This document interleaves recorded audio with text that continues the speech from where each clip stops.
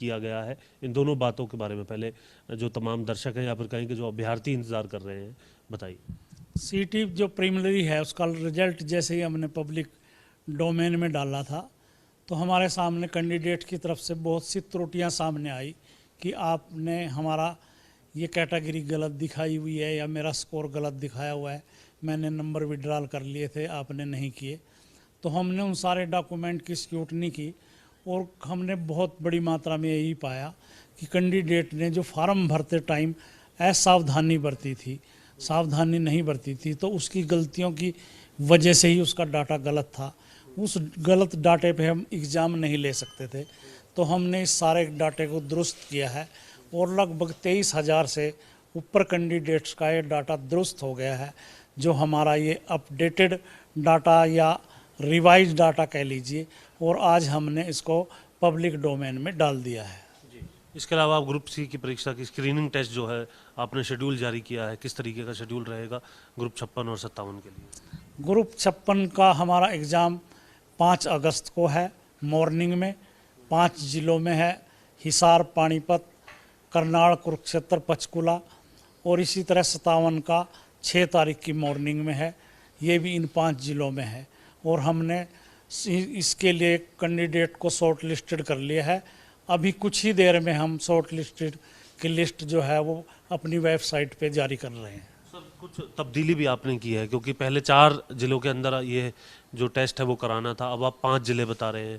पहले करीब 61,000 के आसपास अभ्यर्थी थे, आज कुछ और स्क्रूटनी भी की है। वो किस तरीके की स्क्रूटनी है और उसके बाद कितने अभ्यर्थी और अधिक हो जाते हैं, और ये 5 जिले क्यों किए गए? बहुत अच्छा क्वेश्चन आपने किया। हमने जो शॉर्ट लिस्टेड किया था तो हमने पाया कि जनरल की जहां हमारी कट ऑफ 56 ग्रुप के लिए 65 जा रही थी और 57 के लिए 67 जा रही थी, और जो रिजर्व कैटेगरी कुछ कैटेगरी थी BC, EWS, BCB, इस तरह की कैटेगरी के कट ऑफ जनरल से भी ज़्यादा जा रही थी। तो हमने आज एक फार्मूला और अपनाया कि अगर इन रिजर्व कैटेगरी के जो नंबर हैं कैंडिडेट्स के वो जनरल से ज़्यादा हैं तो हम उनको भी इसमें शामिल कर लिया है, और लगभग ये काउंट हमारा 6,000 और बढ़ के 69,000 लोग जो हैं वो इन दोनों ग्रुपों में एग्ज़ाम देंगे। जी। सर, ग्रुप जिस तरीके से आपने बनाया है, इसको भी ये कैटेगरी क्यों बनाई गई है, इसके बारे में भी दर्शकों को आप पूरा समझा दीजिए। 56, 57, कुछ लोग इसको नहीं समझ पाते, हालांकि अभ्यर्थियों को ये बात क्लियर तौर पर पता होगी। नहीं, ये कैंडिडेट को हमने पहले बताया हुआ है कि हमारी जो ग्रेजुएशन लेवल की पोस्टें हैं वो हमारी 56 नंबर ग्रुप में हैं, और जो कॉमन हमारा +2 लेवल के अभ्यर्थी हैं जो उनकी पोस्टें हैं वो हमारी 57 नंबर ग्रुप में हैं।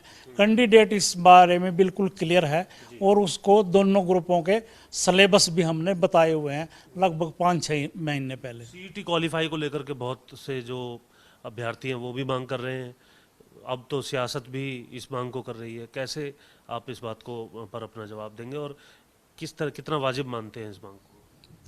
देखिए, ये पॉलिसी मैटर है। सीटी का ड्राफ्ट सरकार लेके आई थी और जो उन्होंने नियम कायदे इसके लिए निर्धारित किए थे, हम तो उसी हिसाब से भर्ती करने के लिए एक तरह से हमने वही फॉलो करने पड़ेंगे।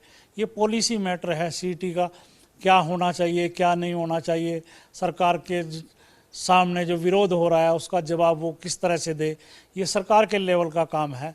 HSSC को तो जो नियम सरकार ने निर्धारित किए हैं उसके हिसाब से भर्ती करनी है। TGT को लेकर के सर कब तक जो रिजल्ट है वो फाइनल हो जाएगा? TGT की हमारा जो डॉक्यूमेंट वेरिफिकेशन है वो फिर से 18 तारीख से चल रही है सेक्टर 16 अग्रवाल भवन में, और लगभग 8 अगस्त तक या चलेगी, और हमने पूरी उम्मीद है कि 15 सितंबर तक हम TGT के जो 7,500 पद हैं वो भर के रहेंगे।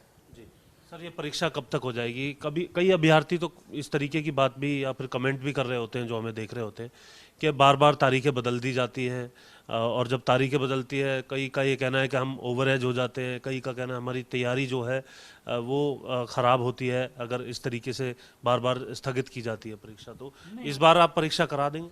ओवरेज का डर नहीं है उनको, कि ओवरेज तो हम जिस तारीख पे उसने एप्लीकेशन फार्म भरा था वही कट ऑफ देखते हैं। हाँ, तैयारी उसकी किसी वजह से प्रभावित हुई है, पर वो हमारी मजबूरियां हैं। पहले अधिक वर्षा के कारण हमने अपना पोस्टपोन करना पड़ा, फिर हमने 12-13 अगस्त का निश्चित किया था, तो उसको हमने HCS का पेपर है HPSC का, इसके लिए टाला और हमने उसको एडवांस में कर दिया। अब हमारा एग्ज़ाम 5 और 6 अगस्त से शुरू हो रहा है। हाई कोर्ट में एक बात और कही गई थी कि रिवाइज रिजल्ट पहले डालेंगे, उसके बाद शेड्यूल जारी किया जाएगा, लेकिन आपने शेड्यूल जारी कर दिया। नहीं, हमने शेड्यूल के लिए नहीं कहा था, हमने ये कहा था हम एग्ज़ाम करने से पहले रिवाइज रिजल्ट डालेंगे, शॉर्ट लिस्टेड रिजल्ट डालेंगे और फाइनल आंसर की डालेंगे। हमने रिवाइज रिजल्ट डाल दिया है, फाइनल आंसर की और शॉर्ट लिस्ट की लिस्ट हम आज डाल रहे हैं। हमारा 5-6 तारीख को पेपर है, हम उससे पहले ही डाल रहे हैं।